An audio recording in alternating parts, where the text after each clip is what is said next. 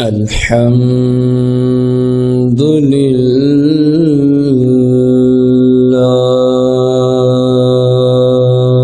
لله الحمد لله رب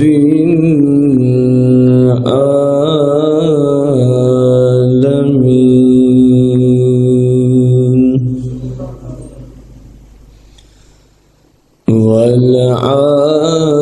والعاقبة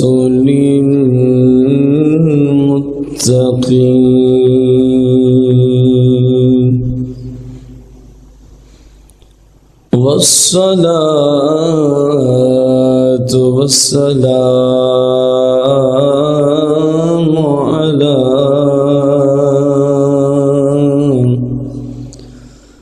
على سيد الأنبياء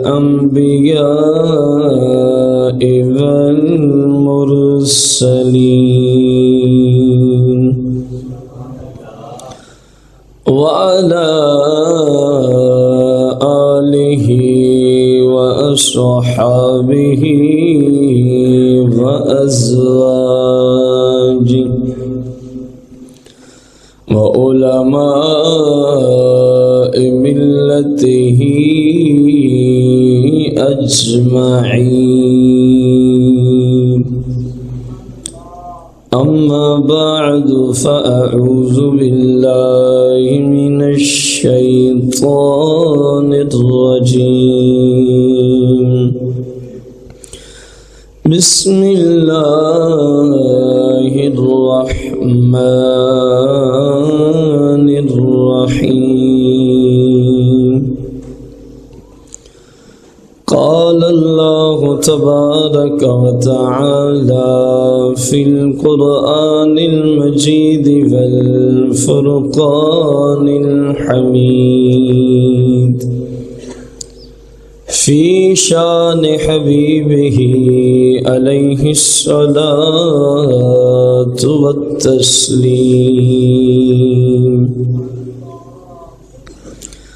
ورفعنا لك ذكرك آمنت بالله صدق الله العظيم قال الله تبارك وتعالى في القرآن المجيد والفرقان الحميد إن الله وملائكته يصلون على النبي يا أيها الذين آمنوا صلوا عليه وسلموا تسليما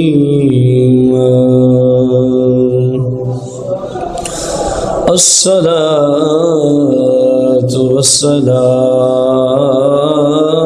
عليك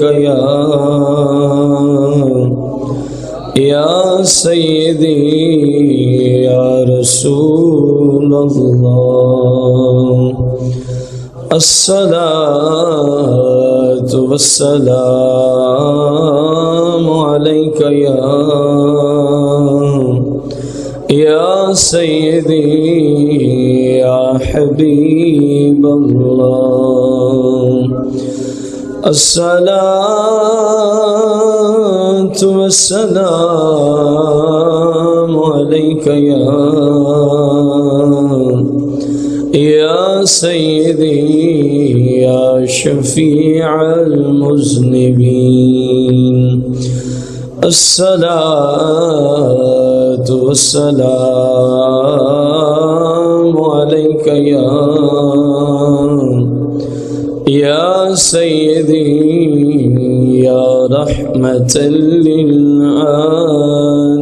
للعالمين الصلاة والسلام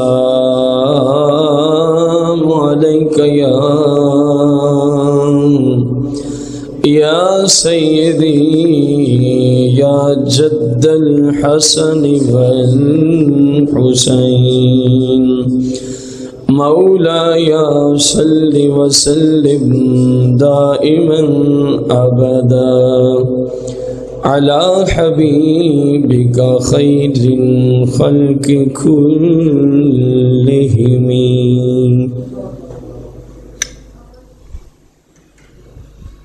حمد و صلات کے بعد سامعین محتشم، احباب ذی وقار، بزرگوں، دوستوں اور بھائیوں، ہمارا آج کا موضوع اللہ جل جلالہ نے اپنے حبیب صلی اللہ علیہ وآلہ وسلم کو بے مثل و بے مثال پیدا فرمایا ہے. اس سلسلہ میں آج قسط نمبر 17 ہے.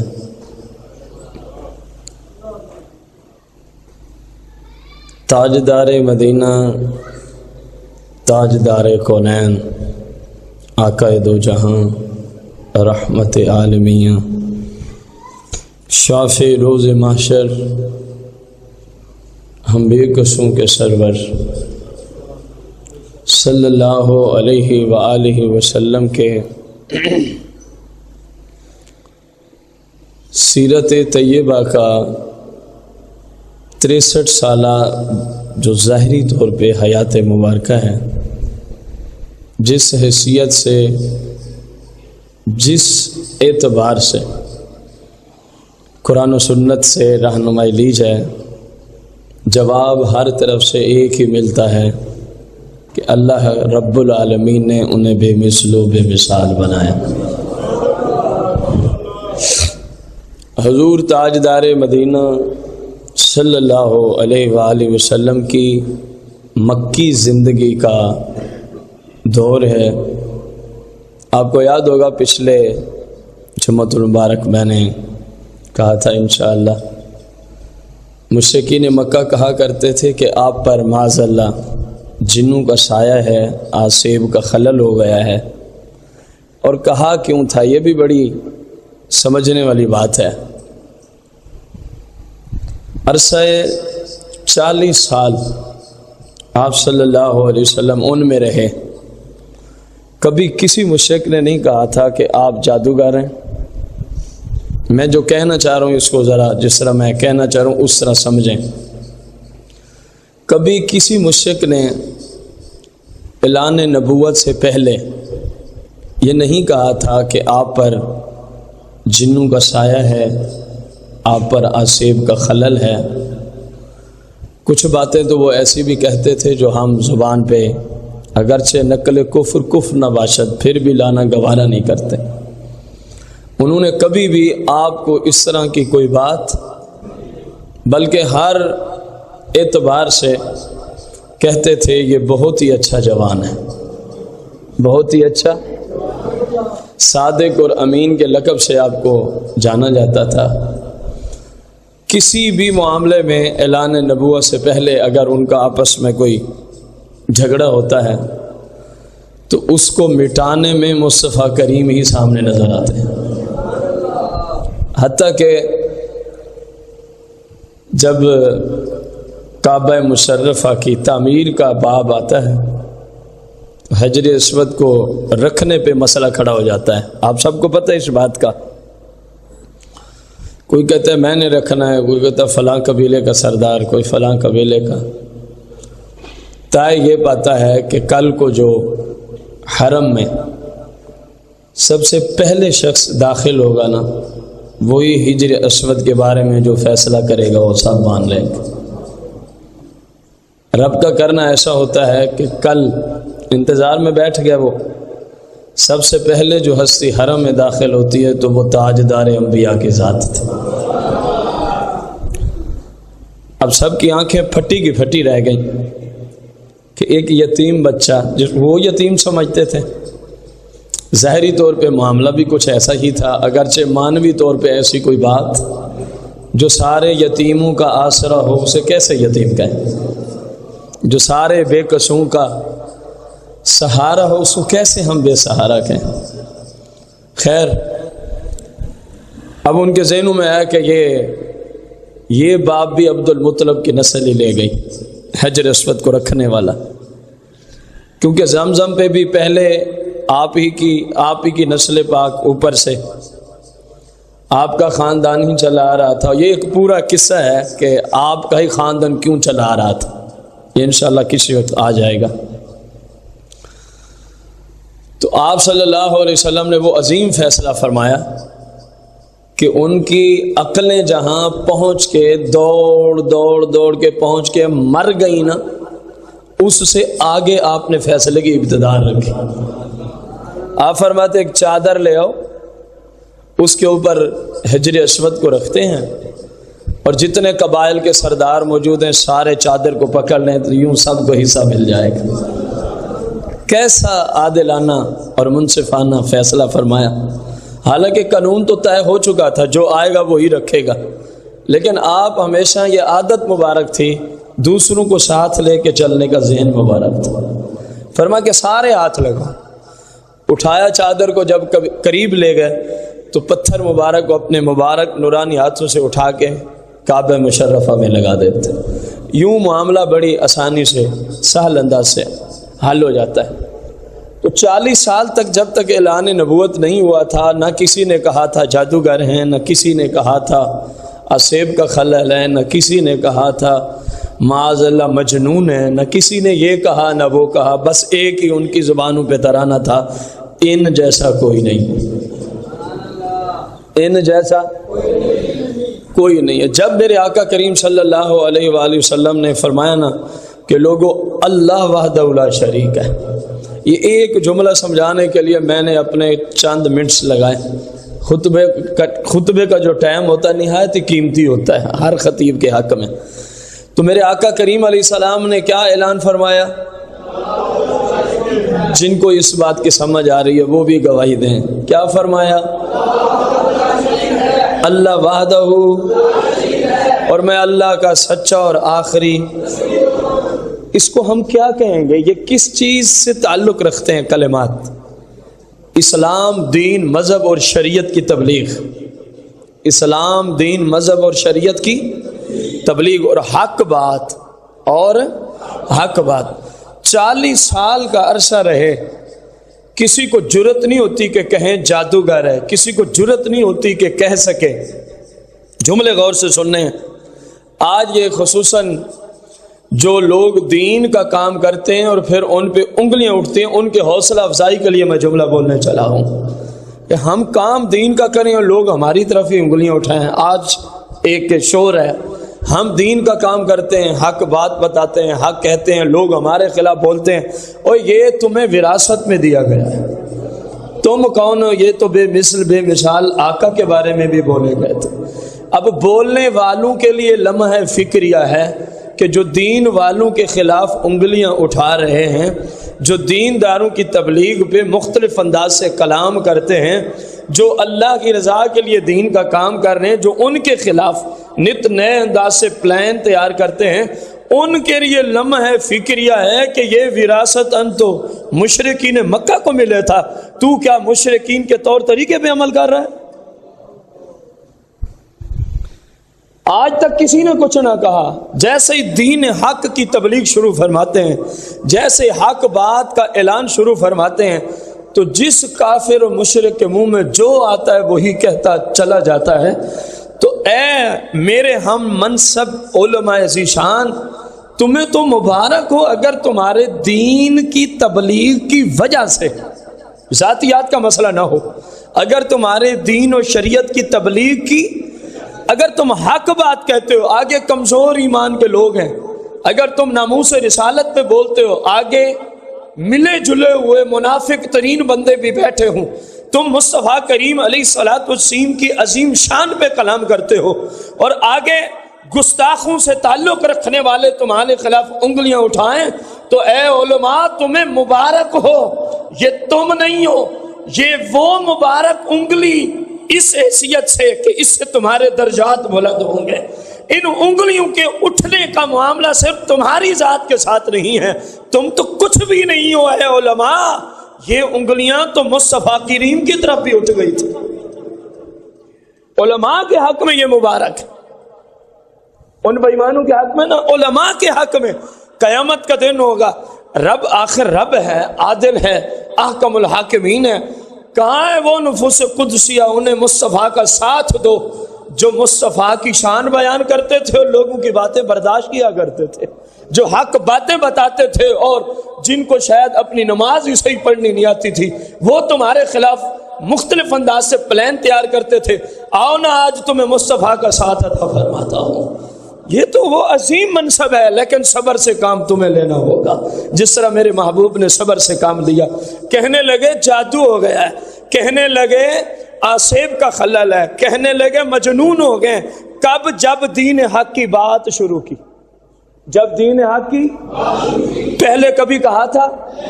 تو ماننا پڑے گا جہاں بھی حق ہوگا اسی کے سامنے باطل ضرور آتا ہے، یہ ماننا پڑے گا۔ اور جن کے ساتھ حق ہے انہیں بھی سمجھنا چاہیے، اور جو حق کے مقابلے میں آتے ہیں انہیں بھی سمجھنا چاہیے کہ ہمیشہ حق غالب رہا، باطل ہمیشہ مٹ گیا۔ اگرچہ باطل کو جتنا مرضی زور تھا، ایک وہ بھی باطل کو مکے کی سرحد میں زور تھا کہ مسلمانوں کو چھپ چھپ کے نمازیں پڑھنا پڑتی تھیں۔ یہ سارے باتیں آپ جانتے ہیں۔ ایک باطل کا وہ زور تھا کہ جو اسلام لاتا تھا اس کو موت کو آواز دینے کے مترادف ایک مشکل کام کرنا پڑتا تھا۔ ایک وہ باطل کا زور تھا عرب میں، جس نے مصطفیٰ کریم کی ذات پہ کلمہ پڑھا ہے اس کو پتھر مارے جاتے تھے، اس کو جناب والے تپتی ہوئی ریت پہ لٹایا جاتا تھا، اور جناب والا لوہے کی گرم سلاخیں ان کے پیشانیوں پہ، ان کے ہونٹوں پہ، ان کے جناب والا سینے پہ، ان کے بازو پہ، ان کی پنڈلیوں پہ لوہے کی تپتی ہوئی سلاخیں پھیر دی جاتی تھی، جو صحابہ ساری زندگی اپنی پشت سے مبارک قمیض اٹھا اٹھا کے دکھایا کرتے تھے۔ اور تمہیں کیا پتا اسلام لانا کتنا مشکل تھا؟ یہ دیکھ 20 سال گزر گئے لیکن آج تک داغ نہیں گئے۔ جس زمانے میں اسلام لانا اتنا مشکل تھا، باطل کو اتنا زور تھا کہ مسلمانوں کو نماز بھی کوئی سامنے اور ظاہری طور پہ پڑھنے نہیں دیتا تھا، لیکن اسلام والوں نے، حق والوں نے صبر کا ساتھ دیا۔ اور ایک دن وہ آیا، 8 سن ہجری ہے، میرے آقا کریم صلی اللہ علیہ وآلہ وسلم ہے، فتح مکہ کا موقع ہے، سارے بے ایمان، سارے مشرک سر جھکا کے کھڑے، مصطفیٰ اونٹنی پہ سوار بیٹھے ہیں اور اس چیز کے منتظر ہیں، نہ جانے آج ہمارے بارے میں کیا آرڈر جاری ہونے والا۔ باطل ہمیشہ سرنگوں ہوتا ہے اور حق ہمیشہ اوپر کی جانب جاتا ہے، لیکن حق والوں کو تھوڑا سا صبر ضرور کرنا پڑتا ہے، خاص زندگی میں انہیں دیکھنا نصیب ہو جائے۔ کتنے صحابہ تھے جنہوں نے یہ حق کا غلبہ دیکھا نہیں تھا، پہلے ہی شہید ہو گئے تھے۔ خاص زندگی میں دیکھنا نصیب ہو جائے یا مرنے کے ہوگا ضرور۔ تم حق کے ساتھ رہو، حق بولو، حق والوں کا ساتھ دو۔ نہ دیکھو میرا باپ ہے، نہ دیکھو میری ماں ہے، نہ دیکھو یہ میرا رشتہ دار ہے، یہ غریب الوطن ہے۔ حضور علیہ السلام نے ہمیں ایک ہی سمجھایا، جس کے ساتھ حق ہے تم اسی کے ساتھ کھڑے ہو جاؤ، تم اسی کے ساتھ۔ باطل کا ساتھ دینے والا بھی مردود ہوتا ہے، باطل کا ساتھ دینے والا بھی۔ زماد نامی شخص ہے، مکہ سے دور کا رہائشی ہے، آج مکے کی سرحد میں آ پہنچا ہے۔ مشرکین مکہ کوئی بھی باہر سے شخص آتا، خصوصاً کسی قبیلے کا سردار، تو اس کو حرم مکے کے ارد گرد پہنچنے سے پہلے ان راستوں پہ جا کے ملتے اور کہتے ہر بندے کی بات سن لینا، لیکن ایک شخص کا نام محمد صلی اللہ علیہ وسلم ہے، نہ اس کے قریب جانا نہ اس کی بات سننا۔ اور یہ زمانہ جاہلیت میں دم کرنے کا ماہر سمجھا جاتا تھا۔ یاد ہے نا پچھلے جمعے کہا تھا کہ وہ سرکار کو دم کرنے گیا تھا تو پھر خود ہی زلف کا اسیر بن کے رہ گیا۔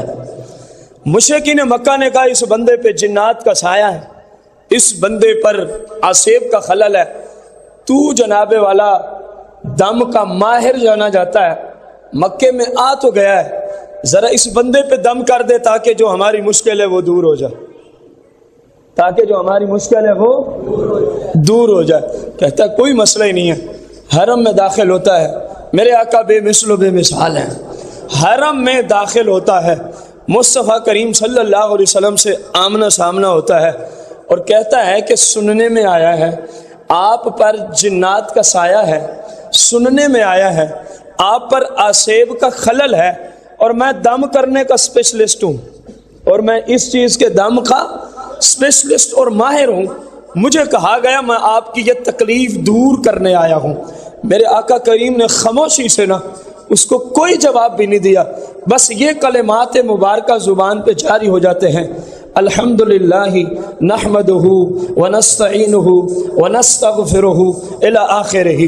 جیسے ہی مبارک زبان سے یہ کلمات صادر ہوتے ہیں نا، وہ عربی گرامر، عربی لغت کا ماہر شخص تھا، اس کے کانوں میں جیسے آواز پڑتی ہے نا، مصطفیٰ کریم تو خاموش ہو جاتے ہیں، لیکن اب وہ بول پڑتا ہے، کہتا ہے جی ہاتھ جوڑتا ہوں ایک دفعہ یہی کلمات دوبارہ سنا دیں۔ میرے آقا کریم بے مثل و بے مثال آقا نے پھر فرمایا الحمدللہ نحمدہ ونستعینہ ونستغفرہ۔ سرکار خاموش ہوتے ہیں، وہ کہتا ہے جی کرم فرمائیں گے، اے کرم فرمانے والے بس ایک دفعہ دوبارہ سنا دیں۔ یعنی لذت اتنی آ رہی تھی، چاشنی اور سکون اتنا مل رہا تھا، کہتے بس ایک دفعہ دوبارہ سنا دیں۔ جو آیا تھا مصطفیٰ کریم پہ دم کرنے، آپ کے جنات نکالنے، ابھی دیکھیے بے مثل و بے مثال نے اس کو کیا بنا کے رکھ دیا ہے۔ کہتا ہے ایک دفعہ پھر سنا دیں۔ میرے آقا کریم پھر فرماتے ہیں الحمدللہ نحمدہ ونستعینہ ونستغفرہ۔ بس اس نے جب 3 بار آپ سے یہ کلمات سنے نا، اپنے آپ کو کہتا ہے یار لوگوں نے تو کچھ اور ہی بنا کے پیش کیا تھا، یہ تو ہستی ہی بے مثل و بے مثال ہے۔ کہتا ہے ہاتھی یادا کا، ہاتھی یادا کا، ہاتھی یادا کا ابایعک علی الاسلام۔ کہتا ہے اے بے مثل بے مثال نوجوان، اپنا ہاتھ تو بڑھانا، ابایعک علی الاسلام، میں اپنے آباء و اجداد کا گندا مذہب چھوڑ کے اے بے مثل و بے مثال ابایعک علی الاسلام، میں تو تیری ذات پہ کلمہ پڑھ کے تیرے قدموں پہ قربان ہونے کے لیے تیار ہو گیا۔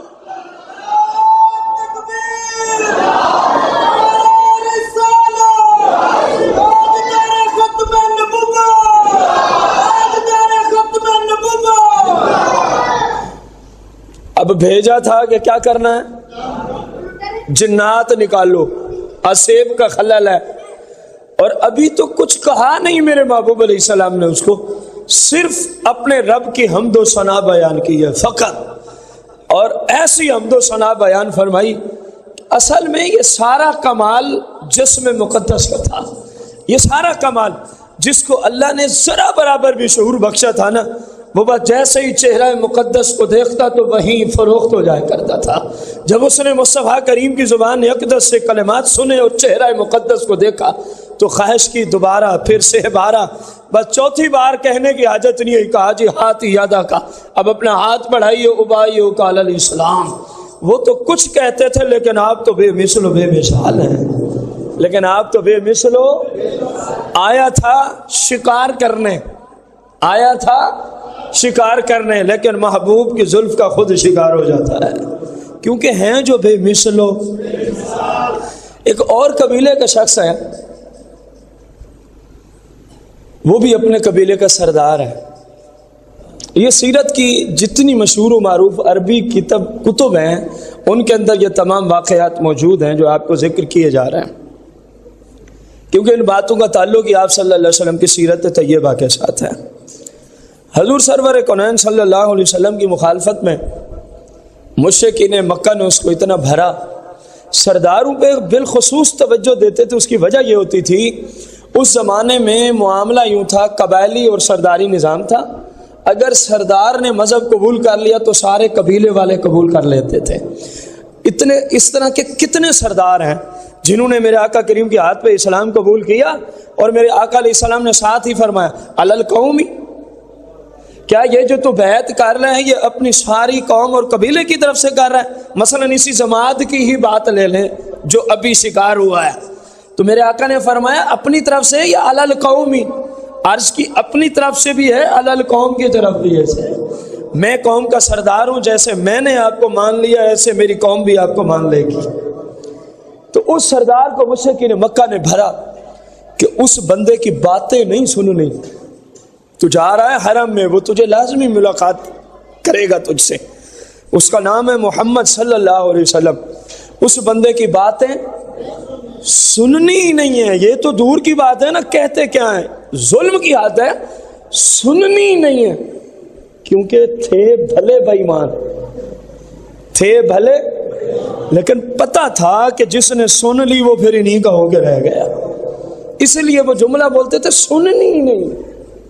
حالانکہ چاہیے تو یہ تھا کہ ان کے دین کو تم نے قبول, جدھر وہ بلائیں تم ادھر تم نے جانا, لیکن یہ کہتے تھے ان کی بات کو سننا ہی نہیں ہے. کیونکہ بھلے مشرک تھے, لیکن پتا تھا کہ جب سن لے گا تو پھر بس انہی کا ہو کے رہ جائے گا, انہی کا ہو کے. اس سردار کو آ بھرا, ان کی کلام نہیں سننی, ان کی گفتگو نہیں سننی, کلام کر رہے ان کے کلام کے قریب تک نہیں جانا. اب اس کو اتنا بھرا, وہ حرم کے حدود میں داخل ہونے سے پہلے اس نے روئی تلاش کی, اندازہ لگا, اور اپنے کانوں میں اس نے کیا ٹھونس لی. کیوں ٹھونس رہا ہے؟ کہ مجھے کہیں محمد عربی صلی اللہ علیہ وسلم کا کلام کانوں تک نہ پڑ جائے. جتنی کوشش ہو سکی اس نے اپنے دونوں کانوں کے سوراخوں میں کیا ڈالی, روئی ڈالی. پہنچا حرم میں تو قدرتی حرم کا والی بھی موجود ہے حرم میں. وہ حرم میں آتا ہے تو حرم کا بادشاہ حرم میں پہلے سے موجود ہے. اب وہ تو خوش تھا نا کہ میں نے اپنے کانوں میں روئی ڈال رکھی ہے. اس کو کیا پتا یہ چھوٹی سی روئی بیچاری کیا کرے گی ان کی آواز کو روکنے میں. ان کے غلام کئی سو کلومیٹر دور تک, فاروق اعظم کی بات ہو رہی ہے, بیٹھے ہیں مدینہ میں, نہامن تک ان کی آواز چلی جاتی ہے. تو تیری یہ چھوٹی سی, اتنے بڑے بڑے پہاڑی جن کے غلاموں کی آواز کو نہیں روک سکے, تو تیری یہ روئی ان کی کلام کو کیسے روک سکتی ہے. لیکن وہ تو سمجھا تھا نا شاید اپنے جیسا ہی کو بندہ ہے, اپنے جیسا بندہ ہو تو اس کی کلام کو روکا جا سکتا ہے. اس منصوبے سے اپنے جیسے انسان کے کلام کو کسی حد تک ممکن ہے بندہ روک لے, لیکن جو ہوئی بے مثل و بے مثال, جو ہوئی بے مثل و بے مثال, جن کی آواز عرشوں تک بلکہ ماورائے عرش تک مدینہ میں بیٹھ کے چلی جاتی تھی, تو اس کے کان کی روئی اس کو کیسے روک سکتی تھی.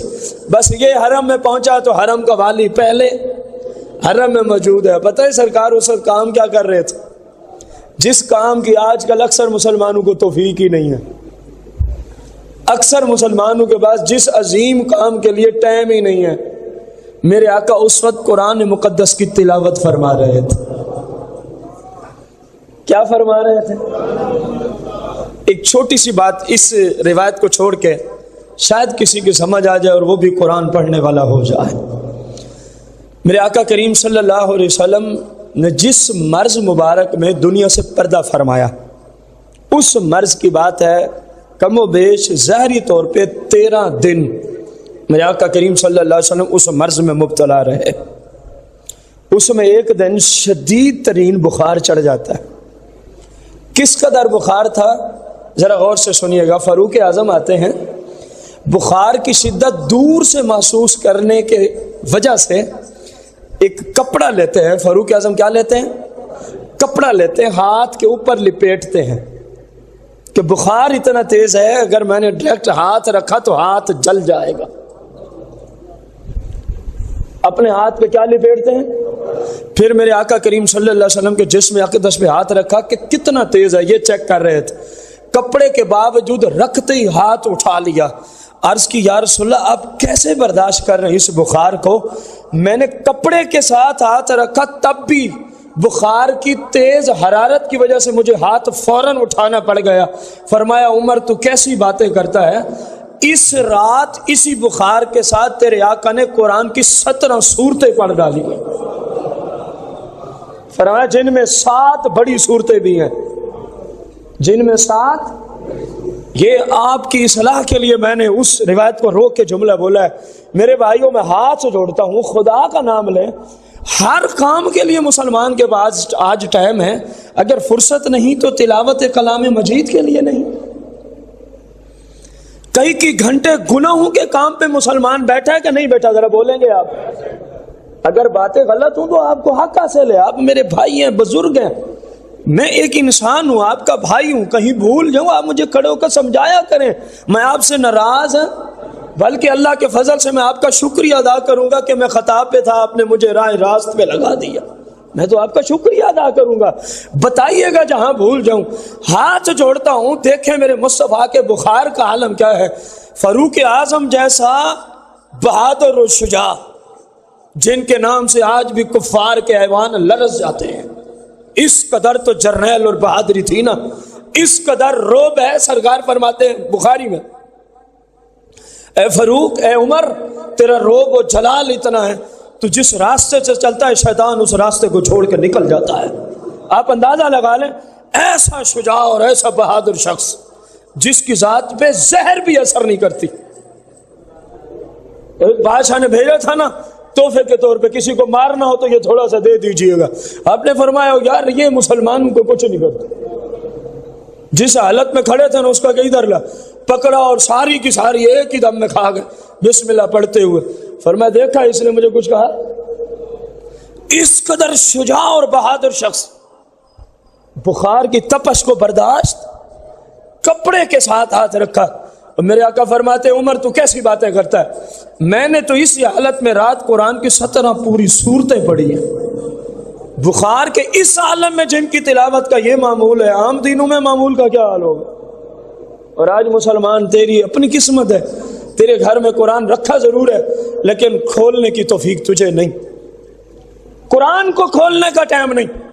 انٹرنیٹ پہ بے حیائی اور فحاشی کے اعتبار سے ساری رات نوجوانی کو گزر جاتی ہے، ان کو کوئی پرواہ نہیں، حالانکہ انہیں پتہ ہونا چاہیے ایک سیکنڈ جو بے حیائی اور فحاشی اور یعنی یا کسی بھی غلط منظر پہ جو آنکھ پڑی ہے، رب کعبہ کی قسم فقیر اٹھا کے کہتا ہے قیامت کے دن تجھے رب کو جواب دینا پڑے گا۔ اللہ فرمائے گا تجھے آنکھیں اس لیے نہیں ملی تھی کہ تو نے بے حیائی کے مناظر اور فحاشی کے مناظر دیکھنے تھے، بتا تو نے ساری رات برباد کر دی تھی، اتنے پیسے ماہانہ انٹرنیٹ کے پیکج پہ تیرے لگتے تھے، میں نے حلال روزی اس لیے تو تجھے نہیں دی تھی۔ ذرا سوچو میرے مسلمان بھائیوں، قیامت کے دن جب رب سوال کرے گا کیا جواب ہوگا؟ مجھ سے کوئی سوال کرے زیادہ سے زیادہ میں اس کو ہاں نہ کر کے ٹال دوں گا، ایسا ہی ہے نا؟ وہاں تو ٹالنے کا کوئی، قرآن کہتا ہے اگر کوئی جھوٹ بولنے کی کوشش کرے گا، کریں گے وہاں بھی تو رب ان کی زبانوں پہ مہر لگا دے گا، رب ان کی زبانوں پہ مہر لگا دے گا۔ اب یہ آنکھیں بولیں گی ان کے خلاف، یہی ہاتھ بولیں گے جن کے ذریعے سے فحاشی تک پہنچا جاتا ہے۔ ظاہر ہے انٹرنیٹ خود بخود تو فحاشی نہیں دکھاتا نا، موبائل میں ہوگا انٹرنیٹ کا سسٹم یا لیپ ٹاپ میں یا کمپیوٹر میں ہوگا تو اس کو باقاعدہ ایک پلین کے ذریعے پہنچا جاتا ہے، کچھ لکھا جاتا ہے، ایڈریس کا پتہ ہونا چاہیے۔ اب عام بندہ جس بیچارے کو پتہ ہی نہیں ہے وہ تو پہنچ ہی نہیں سکتا۔ یہ جو ہاتھوں سے ٹائپ کیے جا رہے ہیں وہ کلمات، میرے بھائیوں بزرگوں یاد رکھو، یہی ہاتھ کل کو کہیں گے مالک اس ظالم سے پوچھ تو نے تو دیے تھے کہ ان کے ساتھ پکڑ کے قرآن اٹھا کے تلاوت کی جائے، تو نے تو ہاتھ دیے تھے کسی معذور شخص کو آسرا دے کے اس کو روڈ کراس کرا دیا جاتا، تو نے تو ہاتھ دیے تھے کہ حلال روزی کما کے اپنے گھر کا سرکٹ چلا کے کسی اور کو بھی ضرورت ہو تو اس کو پیش کرنے کے لیے مالک اس نے حرام پہ تیرے ہاتھ دیے ہوئے ہاتھوں کو استعمال کیا تھا۔ ذرا سوچو قیامت کے دن کوئی جواب ہوگا؟ آج وقت ہے، آج ٹائم ہے، بچ جاؤ اپنے رب کی بارگاہ میں توبہ طیب ہو جاؤ۔ کئی بار آپ کو حدیث سنائی، وہ اس قدر غفور رحیم ہے، ساری زمین کے ریت کے ذرات سے بندے کے گناہ بڑھ جائیں، سمندر کی جھاگ سے بندے کے گناہ بڑھ جائیں، پوری ورلڈ کے درختوں کے پتوں سے بندے کے گناہ بڑھ جائیں، بس وہ صرف اللہ کی جناب میں آ کے توبہ کر لیں۔ میرے آقا فرماتے ہیں رب سارے گناہ بھی معاف کر دیتا ہے، تیرے گناہوں کو رب نیکیوں میں تبدیل بھی کروا دیتا ہے۔ میرا رب تو اتنا غفور رحیم ہے لیکن ہم ہی غفلت کا شکار ہیں۔ خیر، رسول پاک صلی اللہ علیہ وسلم حرم میں کیا فرما رہے تھے؟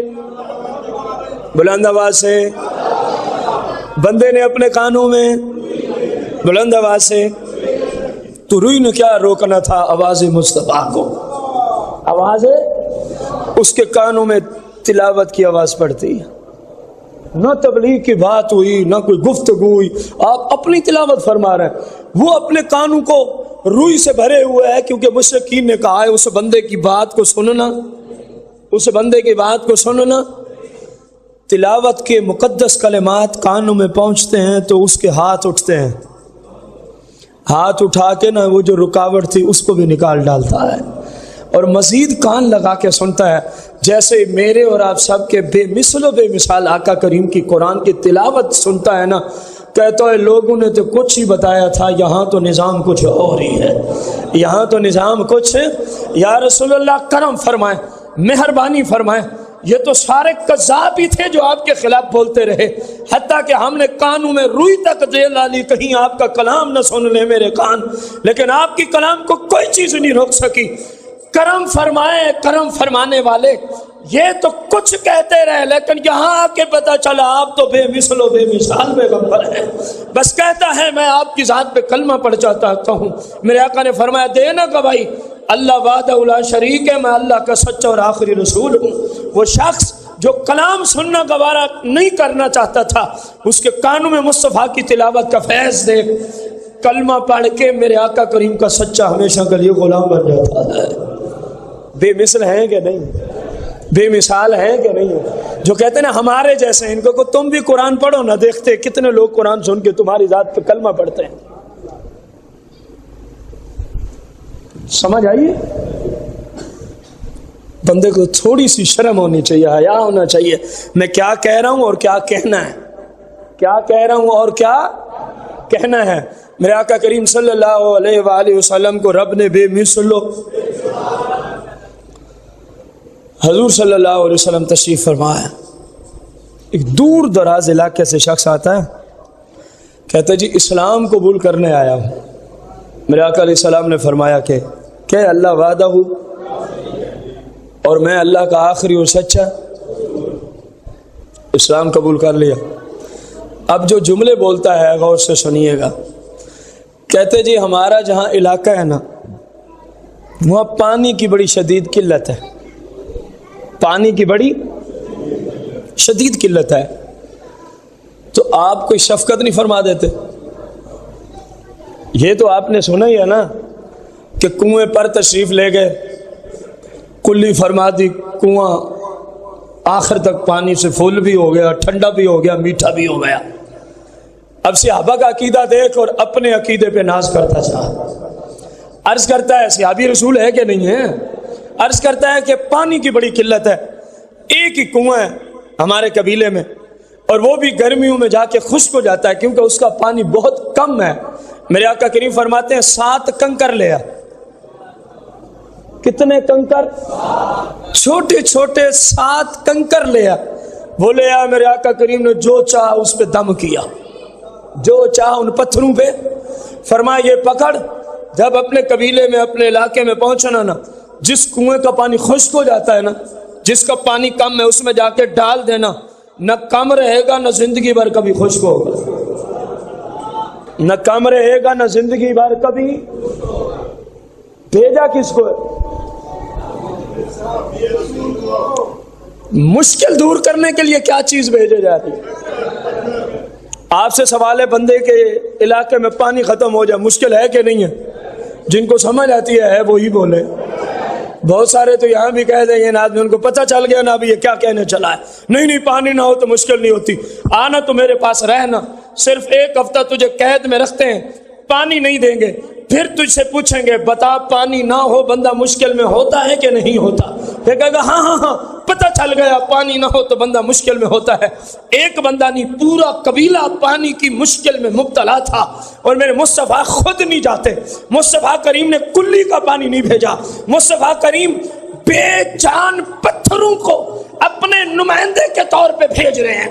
جو جملہ فقیر بولنے چلا ہے کان کھول کے سنیے گا، اور جس ہستی کے ہاتھ سے لگے ہوئے بے جان پتھر ایک پورے کی قبیلے کی مشکل کشائی کر سکتے ہیں، رب کعبہ کی قسم ہے، وہ تاجدار کونین، کائنات میں رب کے بعد سب سے بڑا مشکل کشا مصطفیٰ کی ذات۔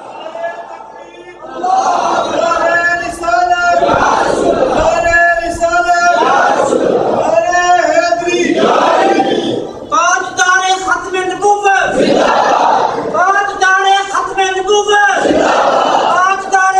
نبوت پتھر لے جا، یہ تمہاری مشکل کشائی کریں گے۔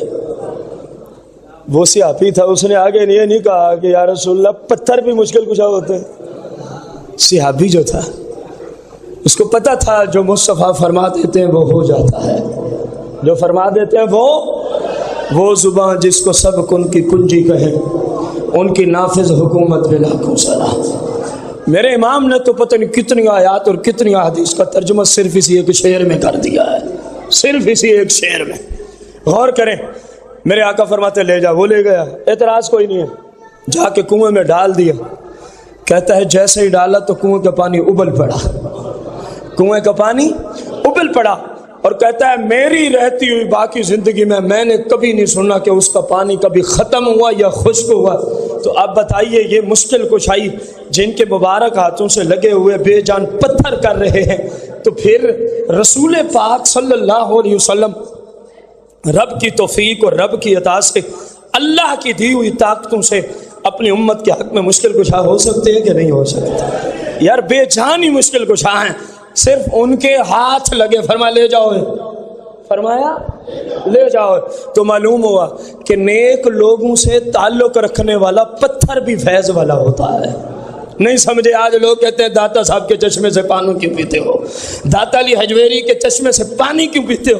میں نے کہا اگر چشمے پہ اعتراض ہے تو زمزم اٹھا کے کئی ہزار کلومیٹر دور سے تو پاکستان کیوں لاتا ہے؟ زمزم کوئی رب کی بارگاہ سے نہیں آ رہا، زمزم بھی میرے مصطفیٰ کے دادے کی ایڑیوں کا فیض ہے۔ زمزم کیوں اٹھائے پھر رہا ہے؟ اگر نیک لوگوں سے تعلق رکھنے والی چیزوں میں برکت نہیں ہوتی تو زمزم کو وہیں رکھ کے آ۔ اتنے پیسے لگاتا ہے، اتنی دور سے اٹھاتا ہے، اتنے ایمان اور عقیدے کے ساتھ لے کے آتا ہے، یہاں ایک ایک گھونٹ استعمال کر کے لوگوں میں تقسیم ہوتا ہے۔ کیوں؟ یہی نلکے کا پانی دے دینا، ادھر ٹوٹی کا پانی دے دے۔ زمزم کو اتنی عزت کیوں ہے؟ جب پوچھا تحقیق کی، کہا مصطفیٰ کے دادے کی ایڑیوں کا فیض چلا آ رہا ہے۔ حالانکہ 6000 سال پہلے کی بات، جس پانی کو لگا تھا وہ تو ختم ہوا کہ نہیں؟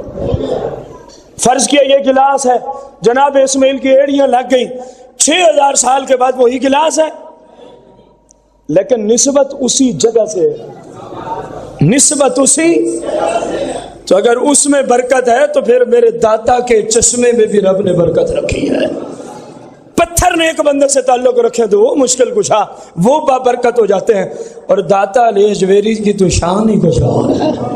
اللہ تعالی ہمیں مصطفیٰ کریم علیہ السلام کو جیسا رب نے بے مثل بنا کے بھیجا، مالک ہمیں ایسا ہی بے مثل سمجھ کے آپ کے ساتھ محبت و الفت، اور خصوصاً جو حقیقی محبت ہے آپ کی سیرت و سنت میں، اللہ کریم ہمیں عمل کی سعادت عطا فرمائے، آمین بجاہ النبی الکریم علیہ